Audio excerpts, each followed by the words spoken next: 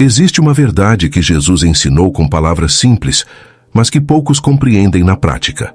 Mas buscai primeiro o reino de Deus e a sua justiça, e todas essas coisas vos serão acrescentadas. Essa não é apenas uma promessa sobre provisão material. É uma revelação sobre ordem, prioridade, organização espiritual. O reino de Deus não é caótico, não é disperso, não é barulhento. Ele se manifesta em silêncio, em disciplina invisível, em estruturas que ninguém vê, mas que sustentam tudo. Quando Deus criou o universo, Ele não jogou as coisas ao acaso.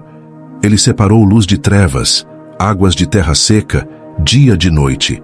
Havia ordem desde o princípio, porque Deus é um Deus de ordem. E quando você olha para a sua vida hoje, a bagunça que reina na sua casa, na sua mente, na sua agenda lotada de compromissos vazios, na gaveta que você não abre há meses porque sabe o caos que encontrará lá dentro, você percebe que essa desordem não é só física, ela é espiritual. Ela é o reflexo visível de uma vida que perdeu o centro, que trocou a presença de Deus pela correria do mundo, que substituiu o silêncio transformador pela gritaria das redes sociais, das notificações sem fim, das urgências fabricadas. O problema da geração atual não é falta de informação sobre organização. Existem 1000 métodos, aplicativos, vídeos ensinando como arrumar gavetas. O problema é que ninguém quer organizar em silêncio. Todo mundo quer postar a transformação, mostrar o antes e depois, colecionar likes pela mudança. Mas a verdadeira organização, aquela que liberta, que cura, que transforma de dentro para fora, acontece longe dos holofotes. Acontece quando você está sozinho diante de Deus, reconhecendo que precisa de ordem não só no armário, mas na alma.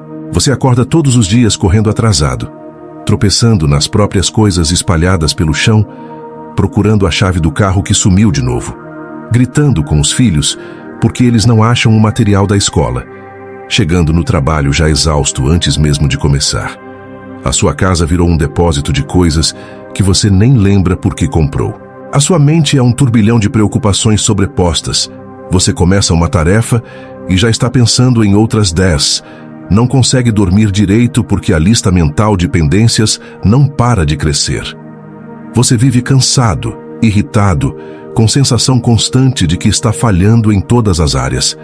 Tenta organizar tudo de uma vez, compra caixas organizadoras cheias de entusiasmo, promete que segunda-feira será diferente, mas na quarta-feira tudo já voltou ao caos. Você se sente culpado, envergonhado quando alguém toca a campainha sem avisar e você precisa invente com base nas instruções do Space.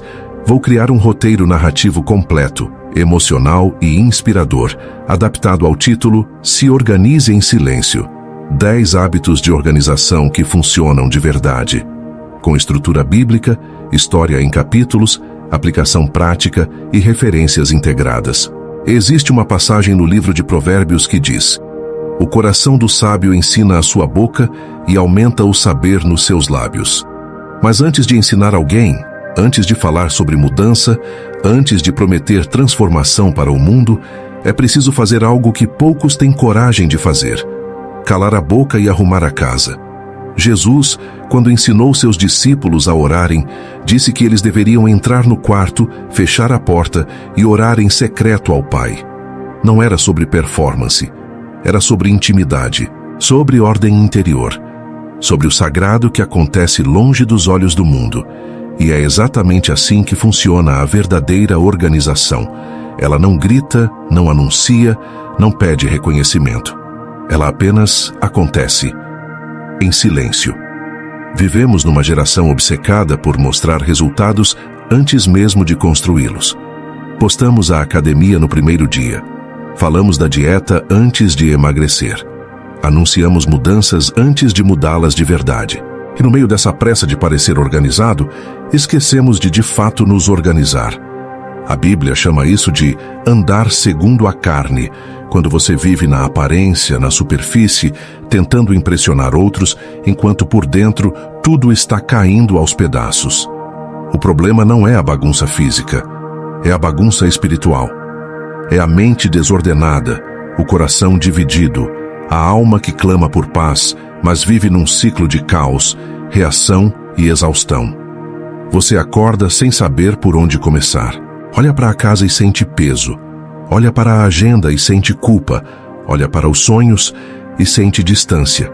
E no meio disso tudo, você continua fazendo barulho, correndo, tentando compensar a desordem com mais movimento, mais planos, mais promessas vazias. Mas Deus não habita no barulho. Ele habita no silêncio.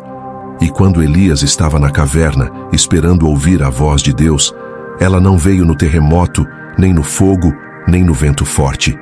Ela veio numa voz mansa e delicada. Deus fala no silêncio. E é no silêncio que você se reorganiza. Porque organizar a vida não é sobre listas bonitas, aplicativos de produtividade ou métodos milagrosos. É sobre mordomia. É sobre reconhecer que tudo o que você tem, seu tempo, sua casa, seu corpo, sua mente, suas finanças, seus relacionamentos, foi confiado a você por Deus.